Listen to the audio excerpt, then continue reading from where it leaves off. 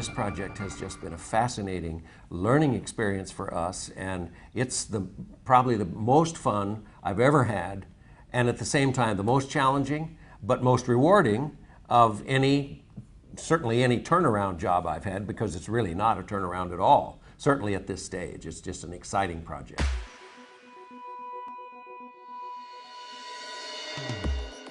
And we first identified a river watershed, the Cormier River watershed, which made an area probably about half the size of Craven County. And all the little communities along the road that split the middle of that area became part of like a farm cooperative in Haiti. And that farm cooperative was CODEP, C-O-D-E-P. And the organization here in the United States that was formed by Jack primarily was the Haiti Fund Incorporated. That's a 501(c) nonprofit organization with its primary mission to support the farm cooperative in Haiti, CODEP.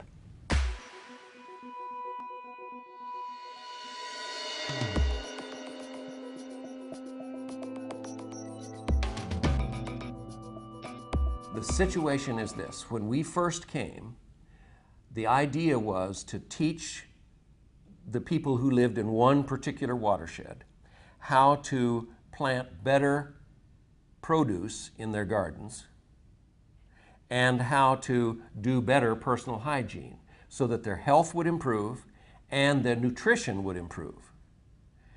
And we got there and there weren't any trees.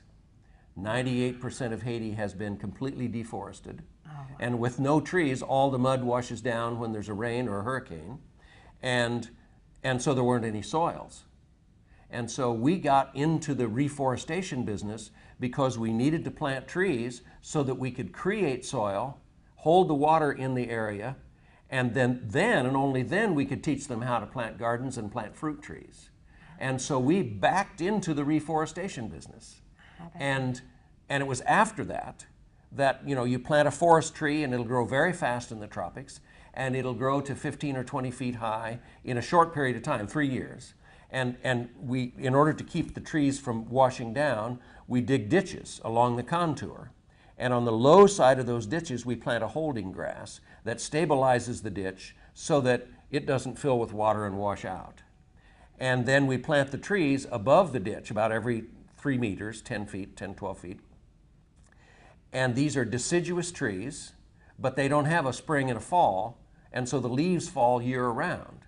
They collect in the ditches, the moisture is retained in the ditches, and over a couple of years that will make natural compost, which creates the soils. And you can come in and plant the gardens, and then you can begin to plant the fruit trees, mangoes and avocados and grapefruit and coffee, a variety of things that grow best in the shade as young seedlings. And so the process is for each group to get access to land, and most of the people who live in the community have a little piece of land, so they can cut the contour ditches, plant the trees, plant the vetiver grass, and then come back later and plant gardens and fruit trees.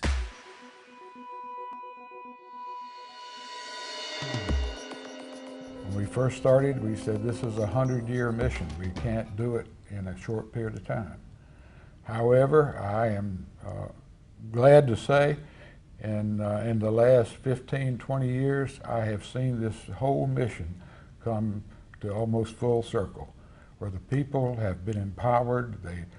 The land that had been devoid of trees and undergrowth and was just completely void. When it rained, the erosion was terrible.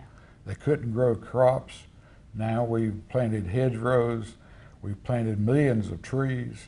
The land is coming back. The people are coming back, and they're allowed and are willing to work to make this happen. We've taught them the danger of cutting trees and the need to keep the trees growing in their region, and they have accepted that. And now they have taken over and are kind of running the project themselves. And how it's developed, it's been wonderful.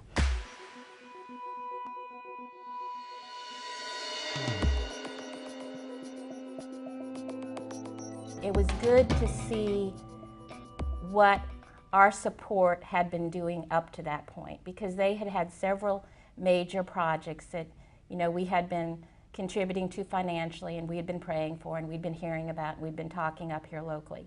And when you invest those sorts of resources and that sort of commitment, you know, afar from the place, it's nice to go and see exactly what's going on, you know, to feel good about what you're doing and to feel good about what God is doing down there.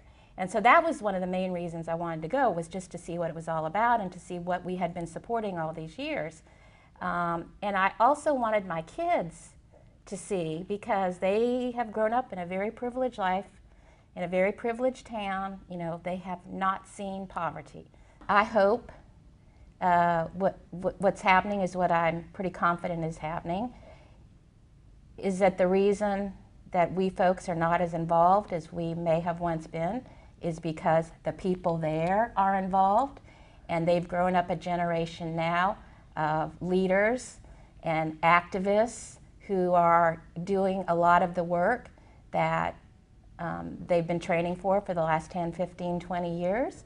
I mean, they're recruiting their own little population to take up the work that is going to, you know, see them into the future.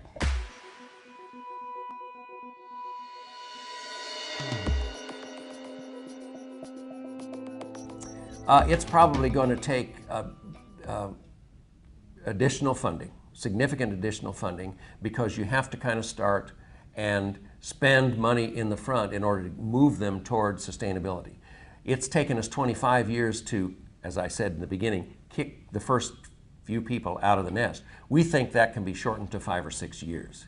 And we think that my dream would be to have CODEP in existence all around Haiti in various places, because it's really needed. And this is really what's going to make the difference in Haiti. If the people have ownership of the projects that they are doing and build an estate, become entrepreneurs. They're already entrepreneurs, but this gives them a higher plane, a higher level to do it. So it's exciting. Yeah, I think the project itself has been the most successful project that this church could ever dream of doing in a third world country like Haiti.